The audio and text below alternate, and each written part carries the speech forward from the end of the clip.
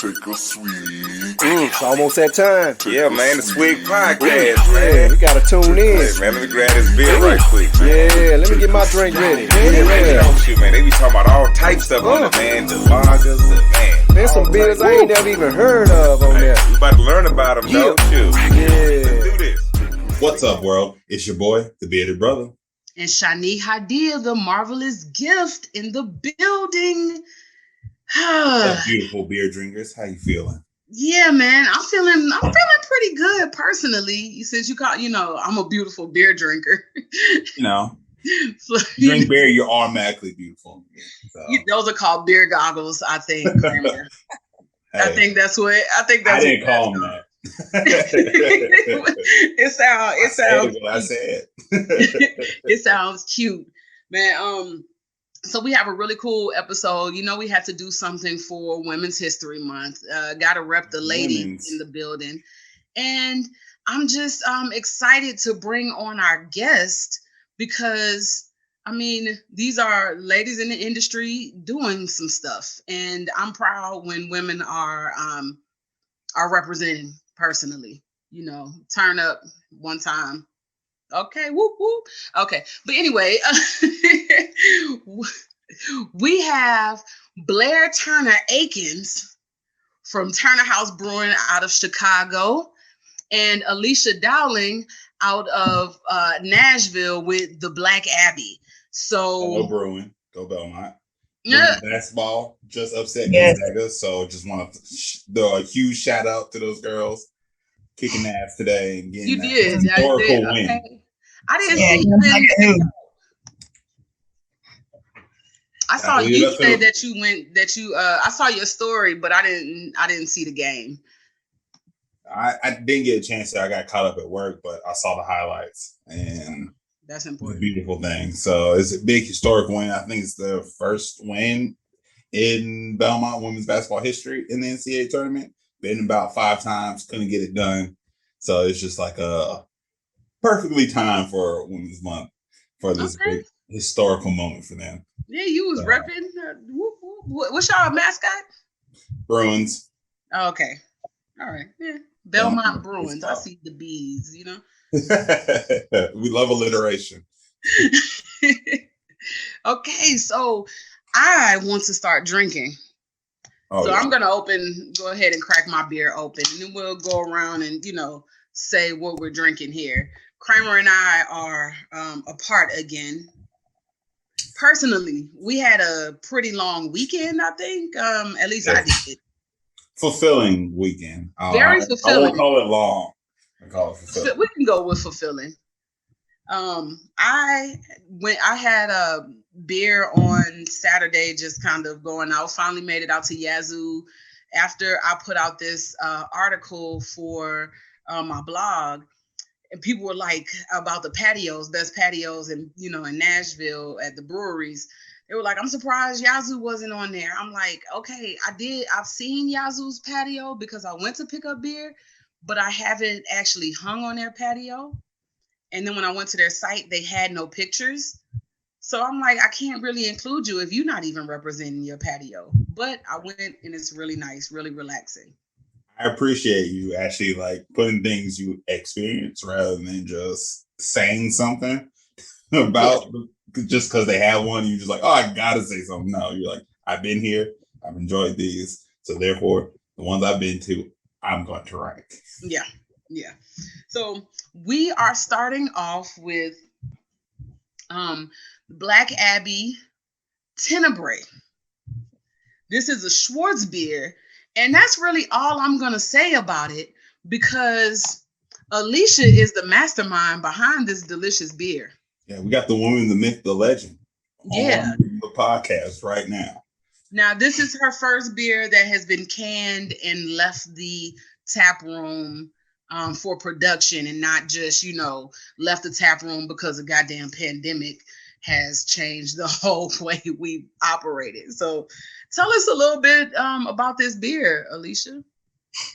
Yeah, I'm sorry. Let me start back with tell me a little bit about yourself, and then we'll talk a little bit more about the beer. I think, people need to at least hear who you are and what you represent first. Man, that's starting off with a big question. Who am I? So I'm Alisha. I grew up just outside of Knoxville, Tennessee.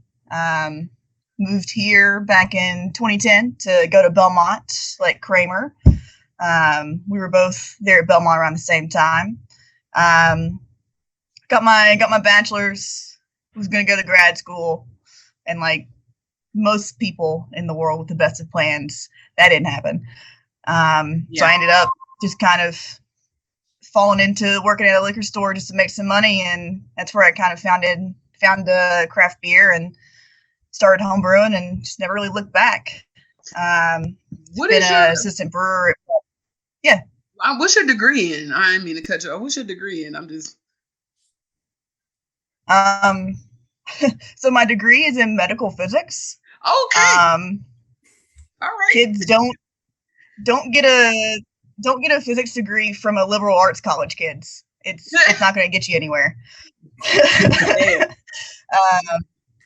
Yeah. So my plan was to go to Vanderbilt for grad school for the same program and do a bunch of like high tech imaging for radiation therapies and things like that. And okay, I would have hated it. I would have absolutely hated it. It would have been sitting in a basement in a hospital looking at a computer monitor all day. And I find that I'm much better when I am moving around and interacting with people. Yeah, so, knowing you, I could not see that in. No. I couldn't see. So tell me, now you can tell me about the beer. All right. So it was funny.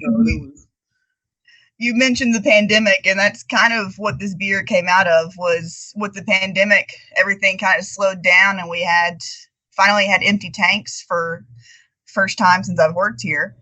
And I had this Schwartz beer recipe that I had kind of played around with on our small batch, basically a homebrew system that we use for things that are particularly going to be just taproom only, just kind of a treat for our regulars to give them something different than what we usually have in market. And so I'd been playing around with the Schwartz beer recipe, and everybody on staff really loved it. And we had an empty tank and some time to throw a lager in there and let it actually lager like it should for 6 to 8 weeks. And and then here we are. Now it's out in the world, and it's good. I'm mostly happy with it. I don't think any brewers, I mean, y'all might have some that y'all definitely hit the mark on, but ones that the customers love, y'all be like, oh, I ain't even like this. I was just kidding with this one. That was my next question. It was like, are brewers always happy with their beers, or is it always like a constant retweaking of something? You're like, oh, I should have used CM60 instead of CM65. Right. And something like that. Or you just like, he was very technical on that one. I would say use it again in every conversation. That's what that was. I've learned about that grain. So I'm like, CM65? I know that one. I mean, there might be some brewers out there that are able to like put beer out there and just be proud of it and not be like, this is it. I'm done. It's perfect. But I feel most are not that way. Most of us are like constantly, every time the beer comes out, there is something that I'm not 100% happy with that I would want to tweak and play with and, keep moving towards that, mythical, perfect beer that it's out there somewhere, but I don't think I'll ever see it. I'll always think I want to see different in it. It's definitely a myth. Blair, what are you drinking? Tell us a little bit about yourself and tell us what you're drinking. I'm Blair. I grew up in the south suburbs of Chicago and lived around Chicago for most of my life. I really started to get into craft beer when I was in grad school and living in Atlanta. Nate and I kind of just started exploring like the craft beer scene there and really like kind of tasting and stuff. And then coincide that I had a cousin who lived in Nashville that had started getting into home brewing. So between him teaching me about the homebrew side and me like kind of exploring on my own, that's how I really kind of got into craft beer. And so with that same cousin of mine that's from Nashville, he grew up in Nashville basically his entire life, and then recently moved to Chicago in the last 5 years. And so we had jokingly talked about starting a brewery one day, like 10 years ago now. And then just like as time went on, we're like, no, we're seriously want to do this. And so we are in the process of starting a brewery on the south side of Chicago.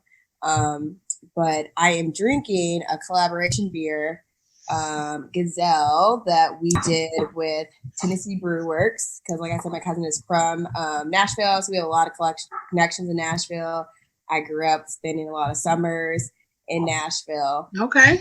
So yeah, so we partnered with the great folks over there at Tennessee Brew Works, and we made a hazy IPA named Gazelle. So in honor of Wilma Rudolph, which one of her nicknames was, she's a Tennessean, and one of her nicknames was the Black Gazelle. And so for Tennessee Brew Works, one of the things we do is we name all of our beers after women in our family. And so we wanted to still honor a woman of Tennessee with this collaboration with Tennessee Brew Works. So we landed on the Gazelle that we released in February for Black History Month. So it's a hazy IPA with a bunch of hops, a lot of American hops, and then we have the Waimea hop in there, which is a New Zealand hop that adds some nice citrusy flavor to it. Yeah, man, it sounds delicious. And I'm just telling the listeners, because my weekend was so packed, I wasn't able to stop through and pick up some of the beer. We looked it up. It just wasn't in our area where I was hoping it was like at a store close by. But that's okay, because we're going to go live and drink the beer. I mean, and talk shit, our same stuff. But it was great to see that come across the screen. My IG of just that the collaboration is happening, and there was a dope event that went with it. Yeah, I caught wind of the event. I didn't even know it was released. Someone sent me the event link. I was like, I think I had to go like out of town or something. I wasn't able to log in the way I wanted to, but I was happy to see that event popping up the way it did. Oh, that's awesome. Yeah, we were really pleased for how that event went too. So we did a beer and jazz night, virtual, but like filmed out of Tennessee Brew Works. And we did like a little panel beforehand. And then we collaborated also with, oh my gosh, their name's escaping me. Slim and Huskies, the black pizza company based out of Nashville as well. Yeah, man, Slim and Huskies is the truth. They rep, Very much. They rep the city well. It's like really cool to have seen them start in Nashville, and then you see them just popping up in different places, But I'm like, nah, you got to come to the original so you can really see what is hidden. I had the original Slim Huskies pizza. What you had? You just had an extension. Where's the original one? I gotta make sure I go to that one. It's on Buchanan Street. Yeah. Okay. Yeah. So Buchanan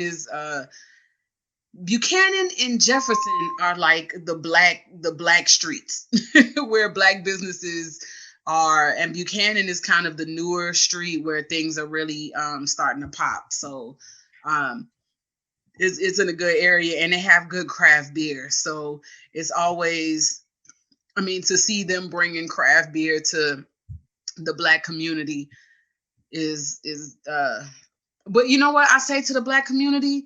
Everybody be in Slim and Huskies. Everybody. Everybody. It's a black owned business, but it's definitely a business that's for everybody. And so love to see them doing well. So partnering and bringing craft beer to folks, like that is where it's at.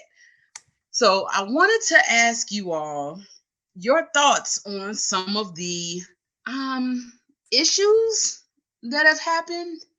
Right. So we have Boulevard, who had they were called out because they were celebrating hiring a woman brewer, their first woman brewer. They were celebrating that. Well, in the midst of that, they got called out on just their previous practices of just being really sexist, and like it's like you're doing this good stuff, but you've been trashed though. Yeah. And we and so I want to and then there's brew dogs who they allegedly, or apparently I'll say, they hired or fired like 4 women, and well, 2 women and 2 non-binary, or definitely 1 non-binary, 3 and 1, I believe it was. Something like that, yeah. Yeah, all on the same day. And it just really wasn't a good look. Right. And I would like to get your take on it. Before we get to it, but like get to that point, I just gotta talk about this Tenebrae. Oh yeah. Go ahead, hit that Tenebrae. Alisha, you did the damn thing on this.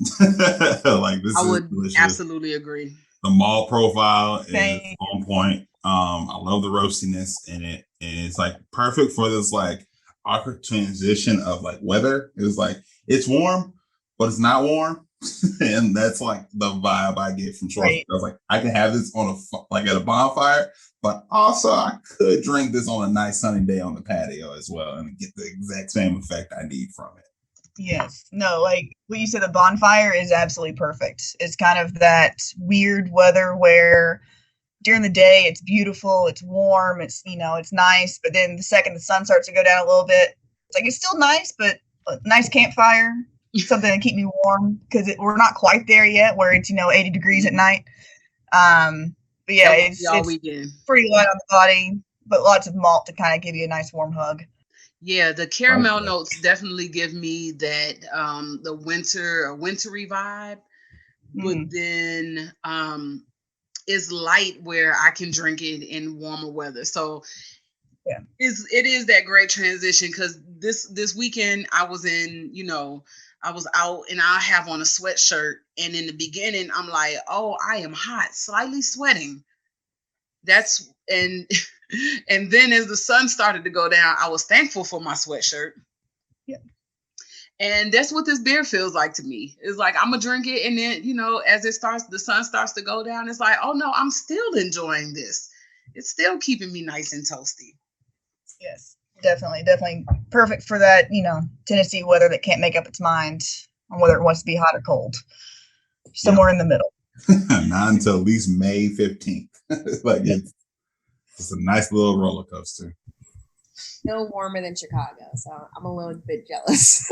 Oh yeah, what is the temperature in Chicago? What is that? Today it was super nice. It was like 65 and sunny, but tomorrow I think we'll be back in the 50s. So we're in that, So you feel our pain.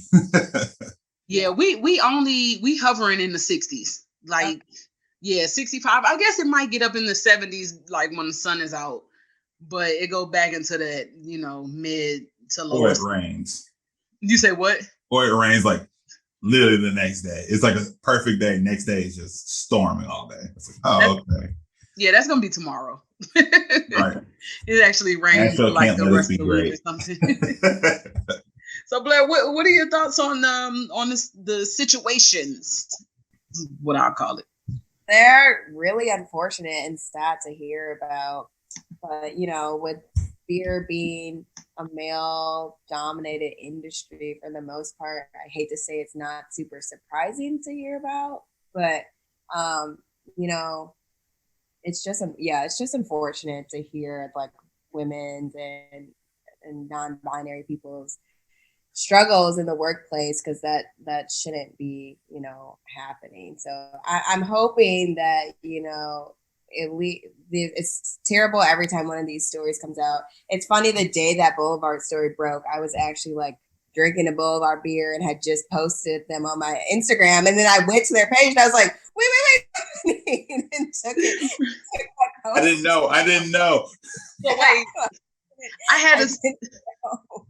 had a similar situation because we went on a road trip in October, and Kansas City was one of our cities on the list.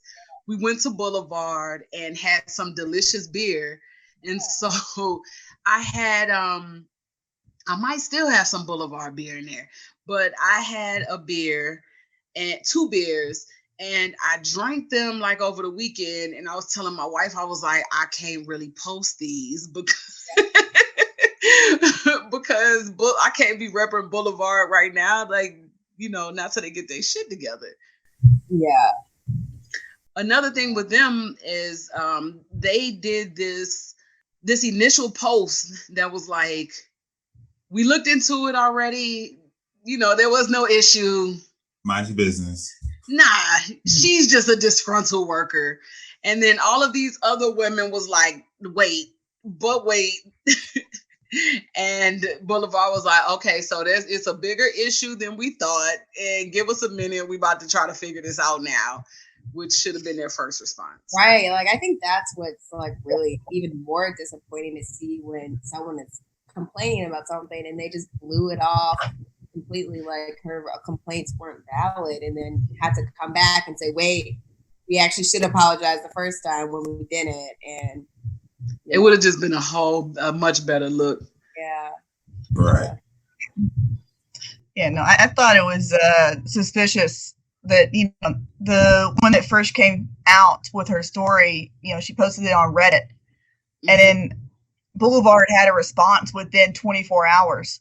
And I'm like, yeah, that's strange. Why are you as a multi-million-dollar like multinational corporation watching Reddit feeds? Like, you had to have known something was going to happen to be watching the Reddit feed, and then to immediately, without even looking into it, say, nope, we've already done this. It's fine. Don't, just keep going. Like, there's nothing here. Yeah. And then they had. No, go ahead.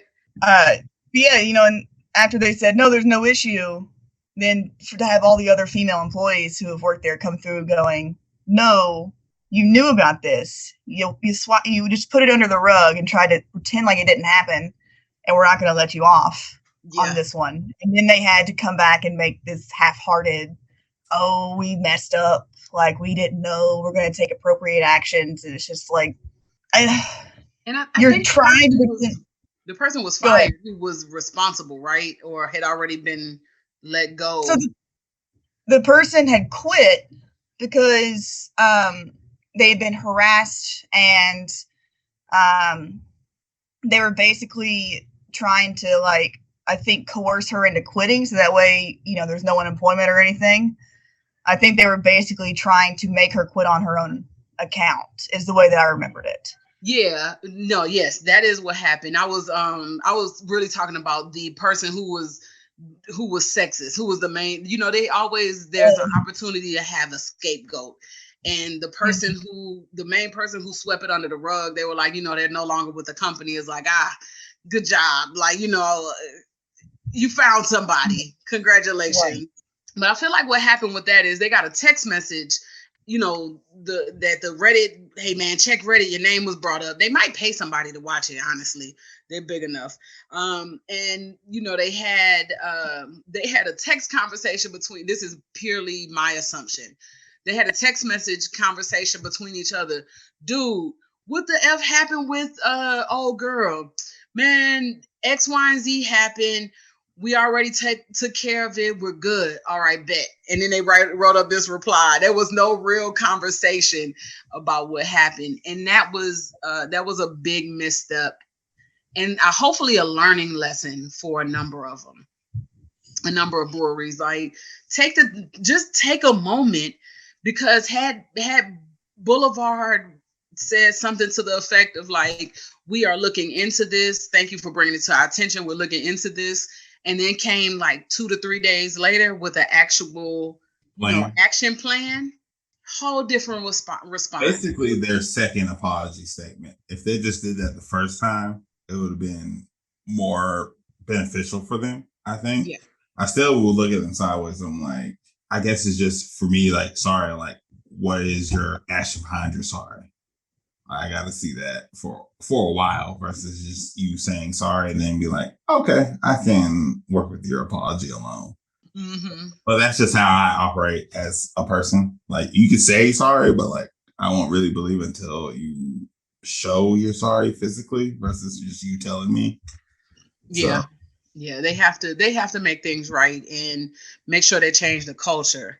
And there were I don't know, as long as they change the culture, and if the employees come out, and I believe that was Boulevard, didn't they have a group of people like put a message out speaking, from the employee standpoint, that so they all run together. I just remember that might have happened with them, and that will, like, if your employees come together and can vouch for your company, that's going to go a longer way than your HR sending out, or, sending out some kind of marketing ploy. And so Brewdog's it's a similar situation, but I can't say that they made the initial. No, they did make a similar misstep, I feel like, in the beginning. Because if I'm not mistaken, they were real certain their PR cleanup. Yeah, their reply was like, yeah, I mean, it was due to performance, though. And then the men got killed. I mean, got killed. Hope no men got killed. men got fired at other locations, just not at this one. That's what they said for it. And no, I mean, they came out and said, oh, it was just coincidence that the 4 people that were fired were all part of, the LGBTQ, family, or it just happened to be a coincidence that those 4 were the ones that had performance issues. So this, front of house employee that was still working with the company reached out to the former GM and I believe the head chef, who were both female, who both got fired in all of this, change of culture, as they're calling it.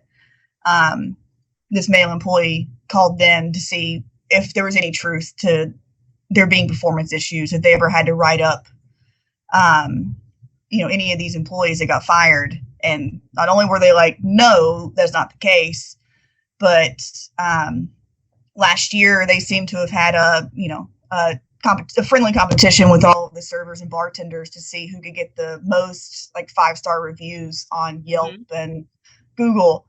And they sent the 2 winners on like a corporate retreat to like a hotel for like a whole, weekend getaway or something.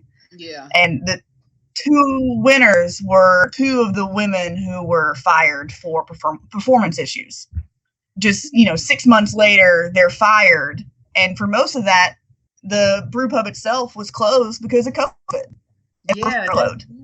So how can you have performance issues while you're furloughed? I'm not sure. And they did like a quote unquote independent review and said they didn't find anything. So for the guy to come out, and I'm glad he spoke up, because that's what you need. You need allies. And story gets so deeper now. Like, I didn't even know. Yeah, I didn't catch that part. Even looking it up for this, I didn't catch that. I was like, that's crazy. And it's more damning than anything. Like, you really can't say it was performance when there's insurmountable evidence proving otherwise. Like, so what's your next lie or excuse now? Listen, I just finished my Schwartz beer, my Tenebrae. I really, really enjoy that beer. Yes. It's giving me what I need here. So I'm going to brew number 2. Is anybody switching over? No, nobody. No, it's just me that was done. I still got a little bit left. I got one in the fridge, but that's my big body style. I'm gonna wait. Blair, are you drinking another beer? No, this is still my first one. Oh, okay, I thought you were. I thought you were like, nah, wait, we got some more. So, see, Alisha was like, I'll come meet you. It's like, I got you, Shawnee. I appreciate it, man. I appreciate it. I know my limitations. I need to take my time right now. My body's telling me. So I am drinking Marbits. Oh, you My remembered Southern it from the Sipping Sunday. You remembered it. I was like, yeah. It's a good chance, y'all. She might leave this at the brewery I brought it to because we weren't at the brewery. This is from another brewery. So my heart floated a little bit. Thank you, Sean. I was tugging it. I had it tucked in the sweatshirt because, again, I got hot in my sweatshirt, guys. I needed to take I had to take it off. But by the time that we were like ready to go, I was ready to put that sweatshirt back on, and I did. So, but that warms my heart. You kept your hands on it. So I appreciate it. Yeah, I wasn't gonna let this go. So this is a New England style IPA brewed with lactose, Galaxy, Tahiki, Centennial, and cereal marshmallows. Yeah. Kramer, was this one of their St. Patrick's Day releases? Yeah, it was. I think they had just some left over. I had it, but I just kind of want your opinion before I talk about it. Yeah, so it's fragrant. You hear me? Like when I tell you, when I cracked the can, it hit me in the nose just off rip. Ooh. It's fruit. I can smell the fruitiness. I smell like all marshmallows. I smell a whole lot of marshmallows, but I'm getting like pineapple or maybe like a papaya, like a little tropicalness with it. That's like a tinge. That's a tinge of it for me, but I smell like all marshmallow. Yeah, this one is definitely And then they just spritz the marshmallow with like pineapple mist. Okay. It is something like a melted marshmallow in your mouth, but like beer as well, you know. Southern Grist just let me take another sip. I'm not sure how I feel about it yet. Like it's not necessarily bad, but I don't know how many of these I can have. It's really just a lot on very aromatic. So I don't even get it, like the finish, the taste. It's not necessarily sitting on my tongue. It is lingering in my nostrils.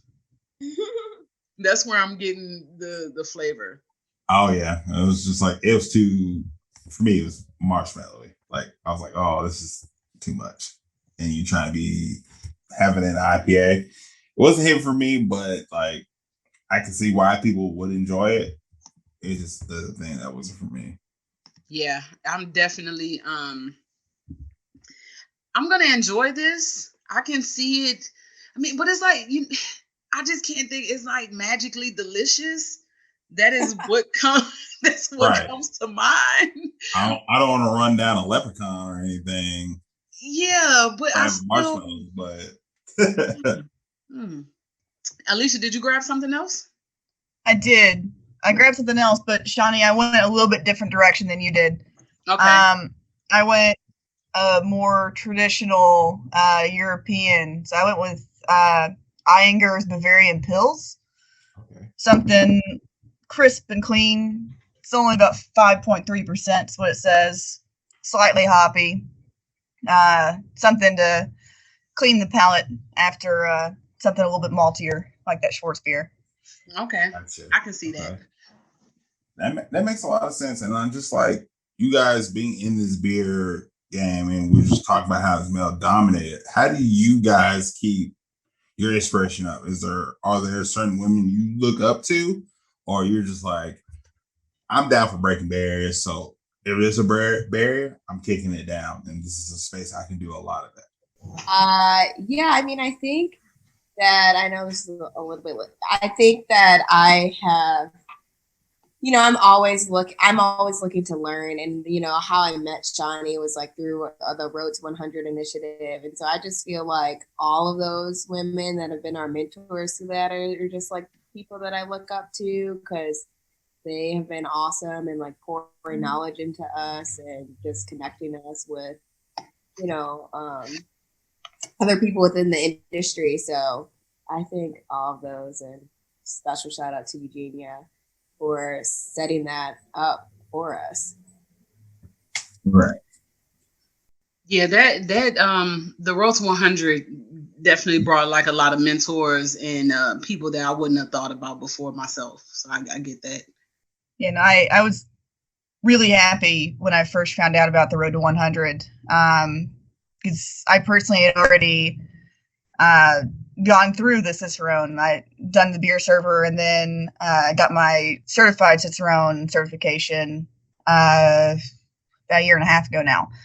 And when I was doing it, it was, for me, it was a way of trying to continue to make myself more noticeable, I guess. I was still trying to prove I deserved to take up space in the local beer community. I think I was working as a bartender at the time, wanting to be a brewer, and just struggling to find my opportunity. And so studying for Cicerone was a way for me to try and kind of take back some control and be like, look at me, I've got this certification, I deserve to be here, like, look at me. And when I was doing it, I didn't really see much of any other females out there, making a mark in our local community, I guess. And so even after I'd already gone through and done that, to see, Eugenia leading up the Road to 100, getting more women involved and interested in beer and trying to, make their own way in this male-dominated community was awesome. I was so happy and so proud. It's just the more women that continue to learn about beer, just the better the industry room is going to be for women in this industry, not only as consumers but as people making the beer. I will say it. You mentioned getting accolades to kind of, say this is like I deserve to be here. And I will be honest, it's a bit frustrating because, you have men who come from home brewing and all they do, they brew, and now they own this whole brewery and they're respected in the home brewing community. And women don't necessarily have that same opportunity because the home brewing space is very male dominated. So it could be a little toxic of sorts. Maybe not necessarily intentionally, but it's not always something that you feel comfortable, injecting yourself into. And so we have to get things like the Cicerone certification to say, or we feel like we have to get those things to be considered legit. And it's a double-edged sword because then we're some of the most knowledgeable people about beer because we're very educated. And this is not just within education. Women have the most degrees and Black women have even more degrees on a collegiate level. And it's because we have to show and prove.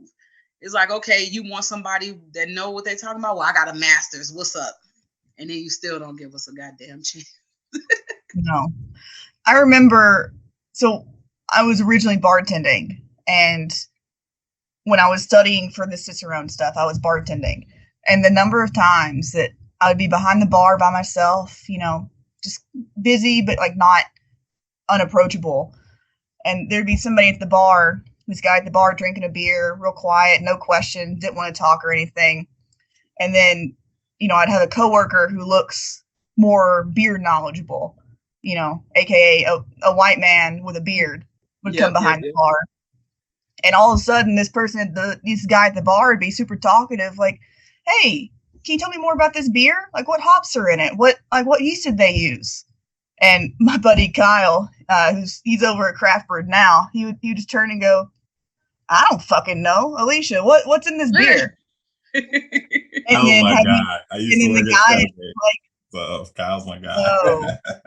Like, I was standing right here the whole time. You could have asked, but you waited till Kyle got here. So just like little things like that are incredibly frustrating of just, from the get-go, assuming that, I'm just the pretty face there to pour your beer and not know what on earth is in that glass. And yeah, it's incredibly frustrating. Like, I know you don't have to explain to me. You definitely get mansplained, and sometimes while you're not looking for it, they drop a couple gems, and so you're like, okay, I'll take it. But some people are saying some of the most basic shit, and I'm like, bruh, I do this. I know this. I took the test. No more than you. Blair, did you say your inspiration? Yeah, I was just I kind of kicked us off. Oh yeah, I'm tripping. The beer is kicking in because she was saying like the road to 100 people. Yep. So I was like, how do we get more women involved? That's actually so glad you asked that, because that was one of my questions I had on my notes. It's like, how you can get women involved? What can Pink Boots do in terms of HR and getting something initiative started from that? Shit, Pink Boots, Craft Beer Girls, Barley's Angels. They got a couple of women's groups out here, Craft Women Connect, that are specifically geared towards women. And I know that there are some things. So I'm curious, what do y'all feel like the industry needs from a women's perspective to make it more enticing? Hold on, let me get my notebook. Sorry.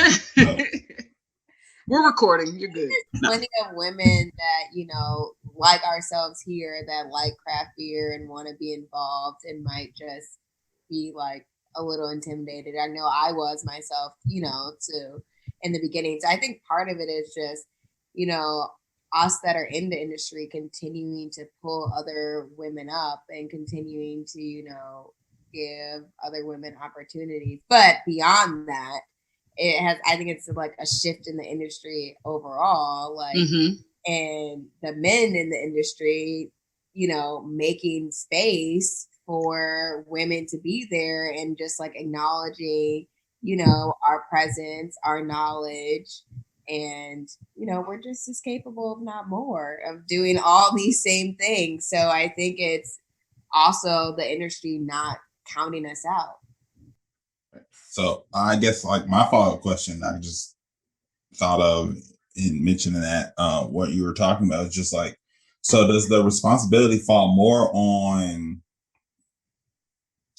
men making that space, or women to continue just to stay steadfast and getting what they need?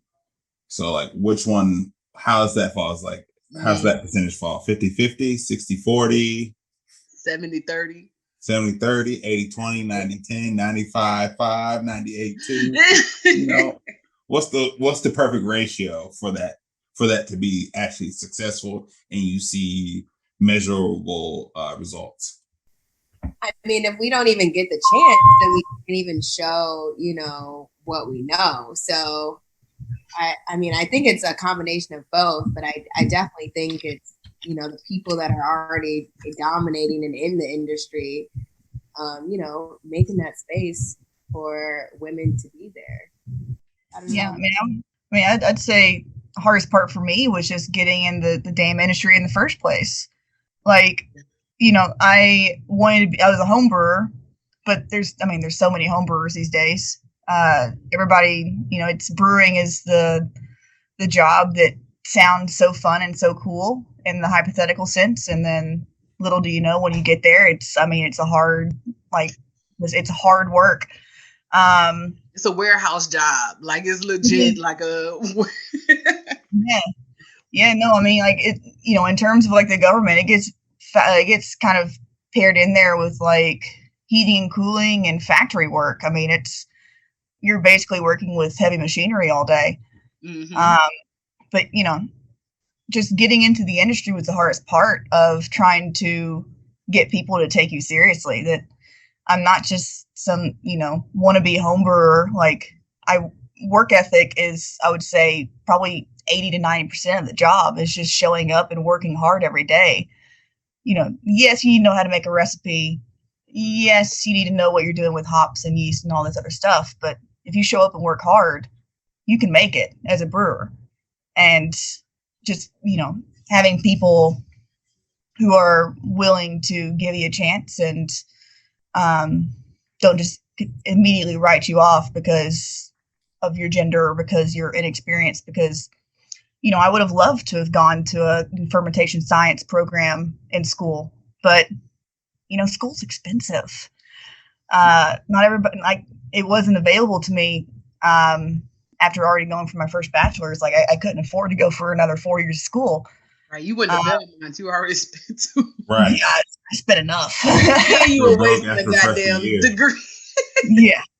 Most people still paying off freshman year, not even pretty sophomore much. through senior year.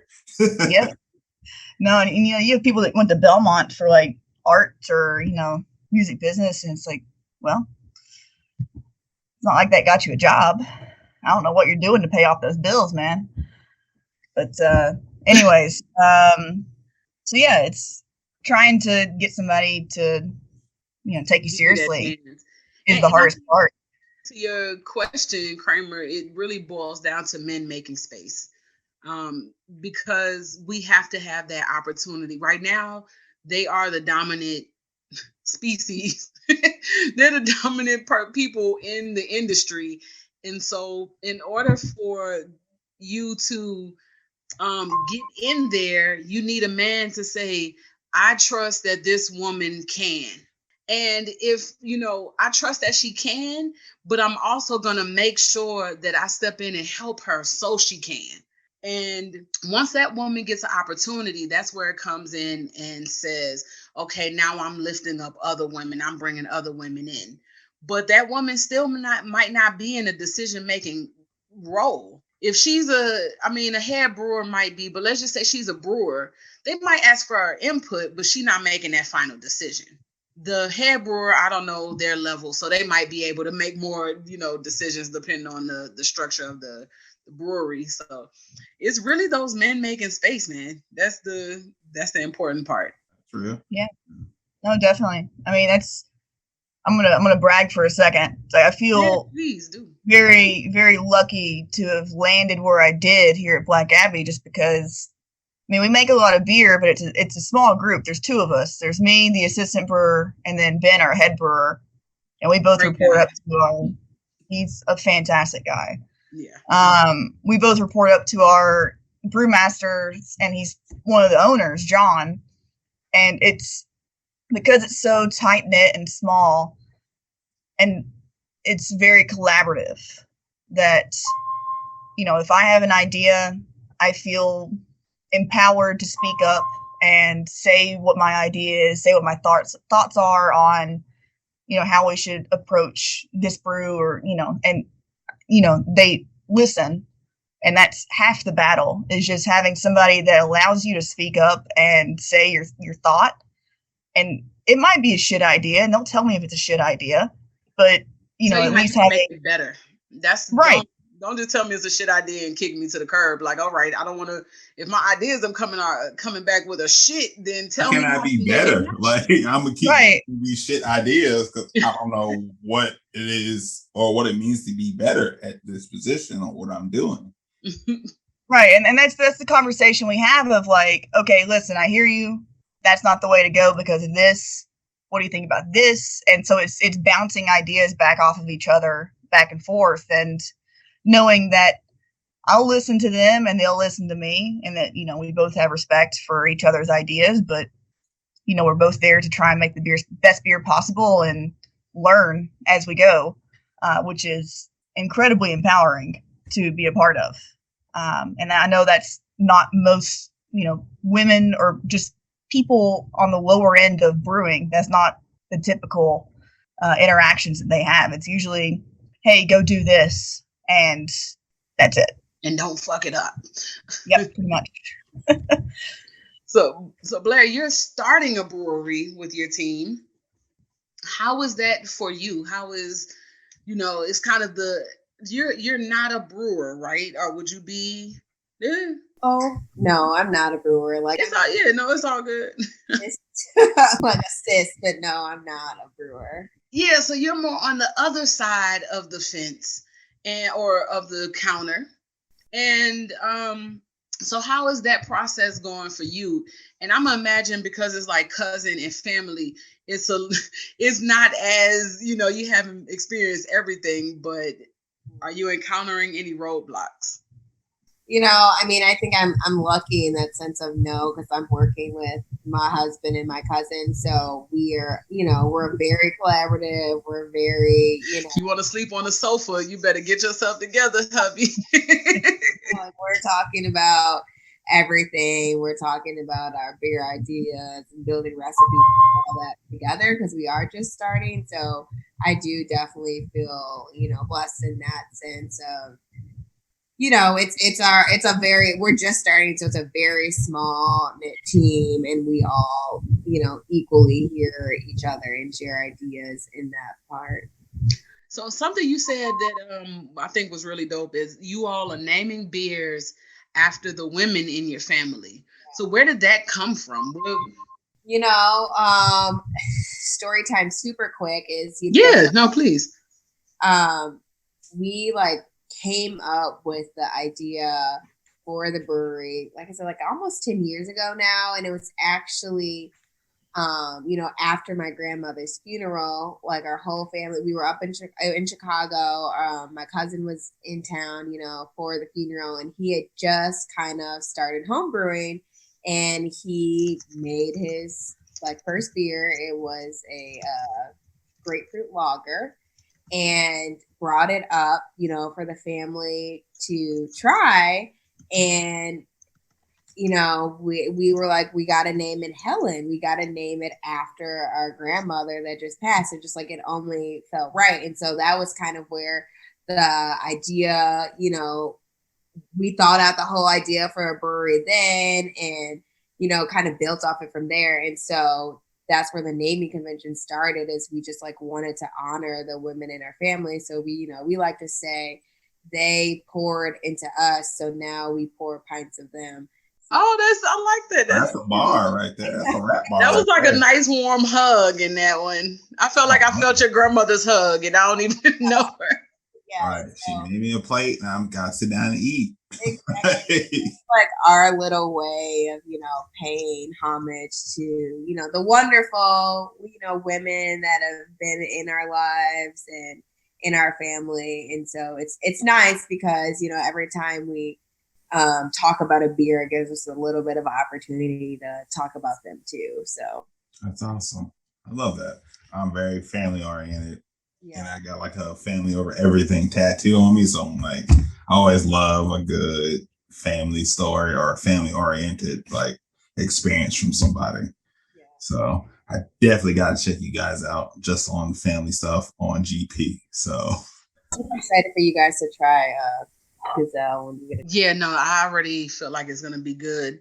How is the opening or the planning, the building, how is it going? Are you all gonna have a brick and mortar when you open? Or yeah, that is the plan. COVID, just like everybody else's plan, kind of changed our timeline a bit. There you go. It changed it. That's all.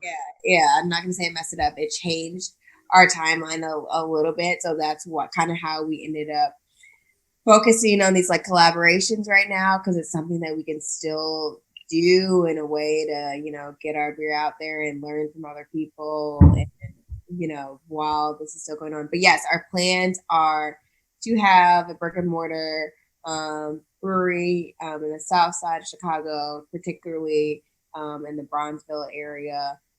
Okay. I know you guys aren't super familiar with Chicago, but there are a bunch of breweries in the Chicago area, I think over 100. I love Chicago. Summertime shy though. Summertime shy. I haven't been yet. I'm actively been trying to plan a trip for 6 years. It just literally has never worked out. Gotta come in the summertime. It's super nice. But yeah, so there's a bunch of breweries in Chicago and in the Chicagoland area, but none of them are in Chicago's a pretty segregated city. Just a little Chicago history. So a lot of the south side of Chicago is predominantly Black residents that live there, and there's really not any breweries in that space, or there's not any currently Black-owned breweries in Chicago out of the 150 that are here. So that's usually how it goes. Yeah, for sure. So we're trying to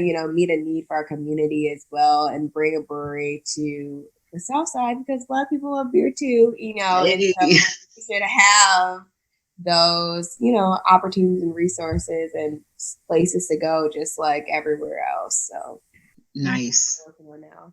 Nice.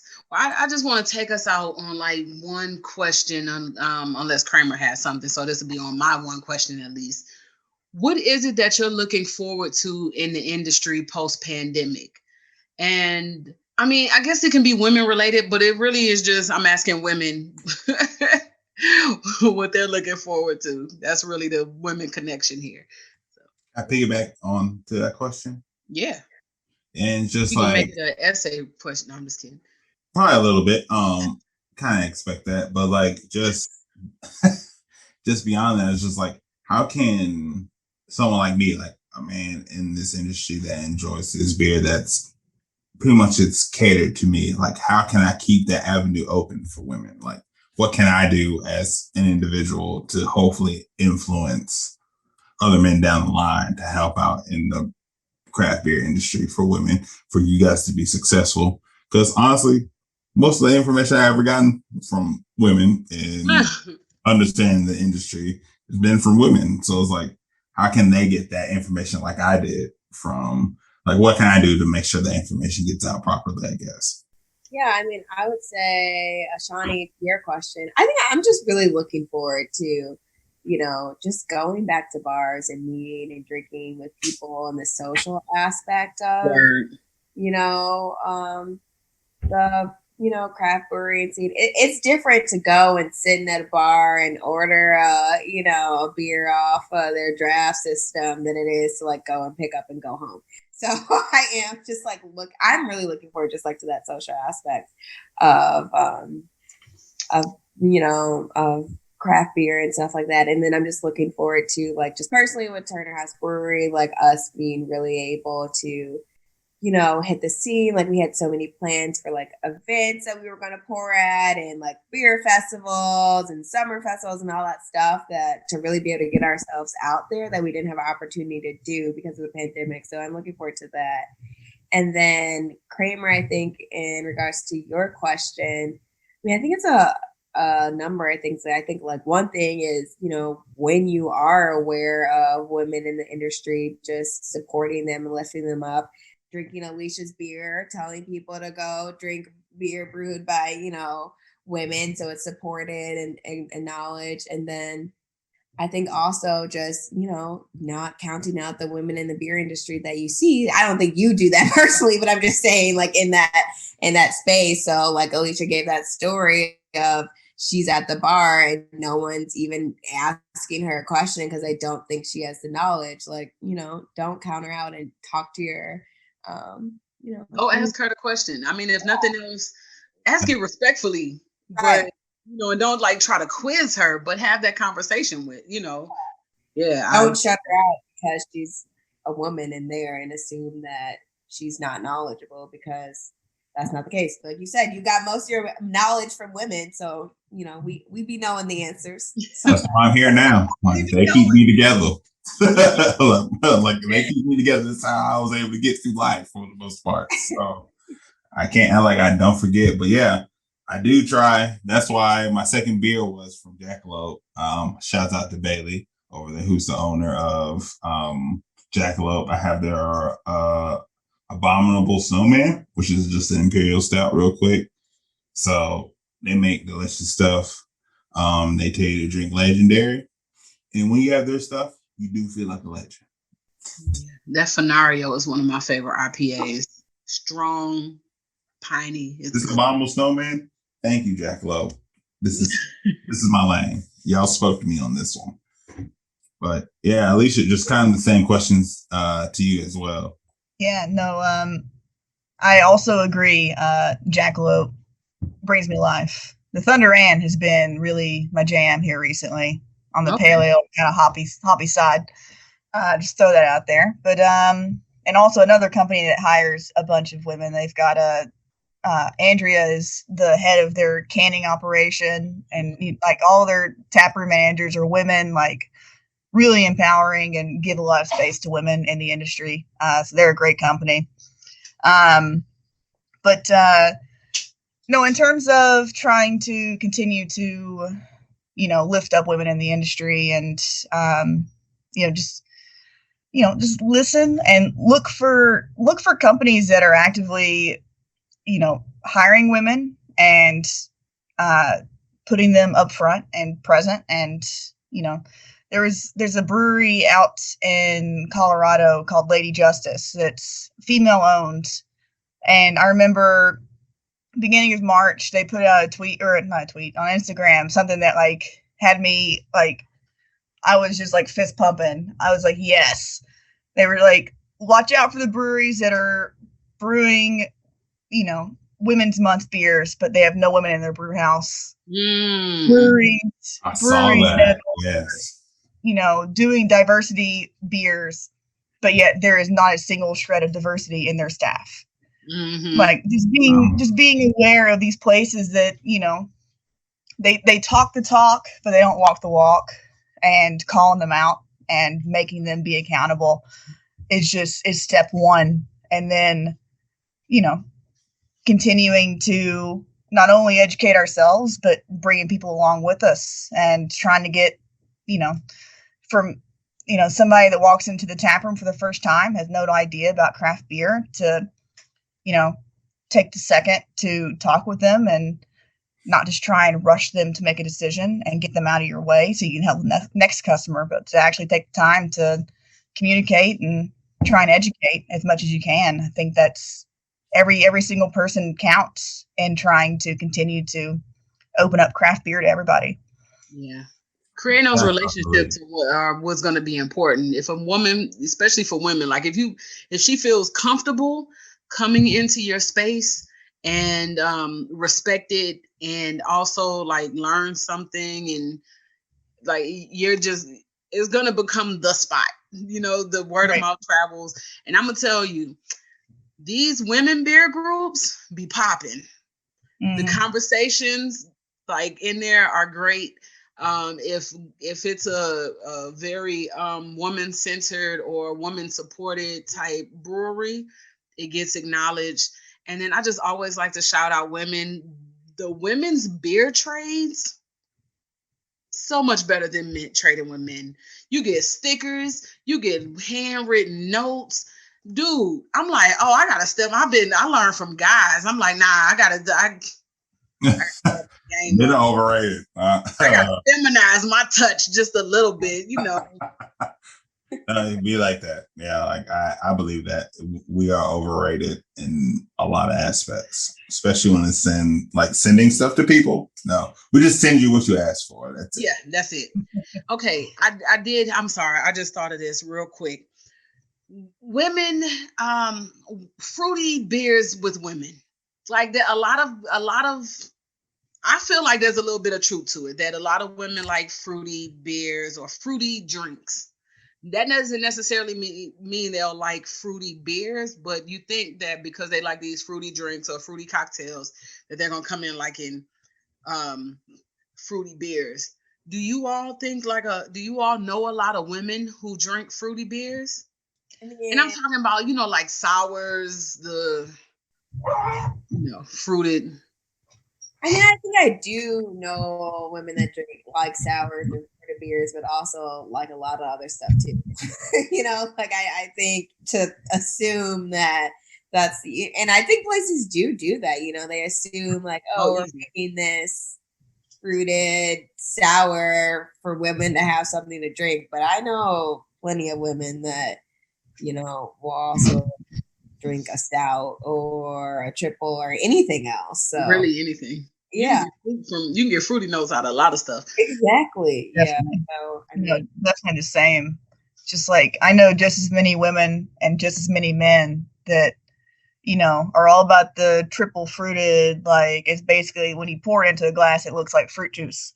Yeah. I'm this is not beer. Yeah. Come on. It's 50-50 on that. I see just as many women, like you said, that are pouring down stouts, enjoying, triple IPAs that are super dank West Coast IPAs. I think it's just, yes, same. And the hoppier, the better. I am all in. Yeah. So I think when it gets into that, I think it's less gender. I think it's more of just, people who are still finding their way in craft beer and people who have found, the hoppier stuff, the more traditional craft beer kind of stuff. Yeah, I would agree. I just feel like most people starting or trying craft beer in general tend to start with something less hoppy, something a little more fruity as they find their way. So yes, and then we help them find their way to all the other stuff, all the other styles out there in the world. Bring them to happiness, to full enlightened happiness. That's what we're here for. We're the shamans of the beer world. Yes. But it's been amazing having you guys on here, just talking about how craft beer and women, and that's one of the greatest combinations ever. But how can people keep up with your next beer you're gonna brew, Alisha, and when Turner House opens up? How can people keep up with you guys on social media and things like that? Or any closing remarks you wanted to add? That too.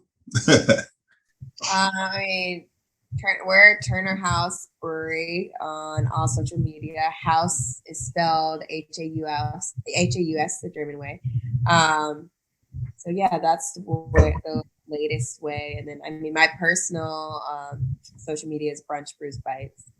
But yeah, that's the best way to keep up. If you're in the Chicagoland area, look out for us opening sometime soon. And even the Nashville area, like I said, we have family in Nashville and roots to Nashville, so we love Nashville just as much as Chicago, and are always there and doing partnerships there too. So, do y'all have a certain style that you brew? Because House Haus is a little German. Are y'all gonna do we spell Haus, but we actually really all enjoy Belgian style beers.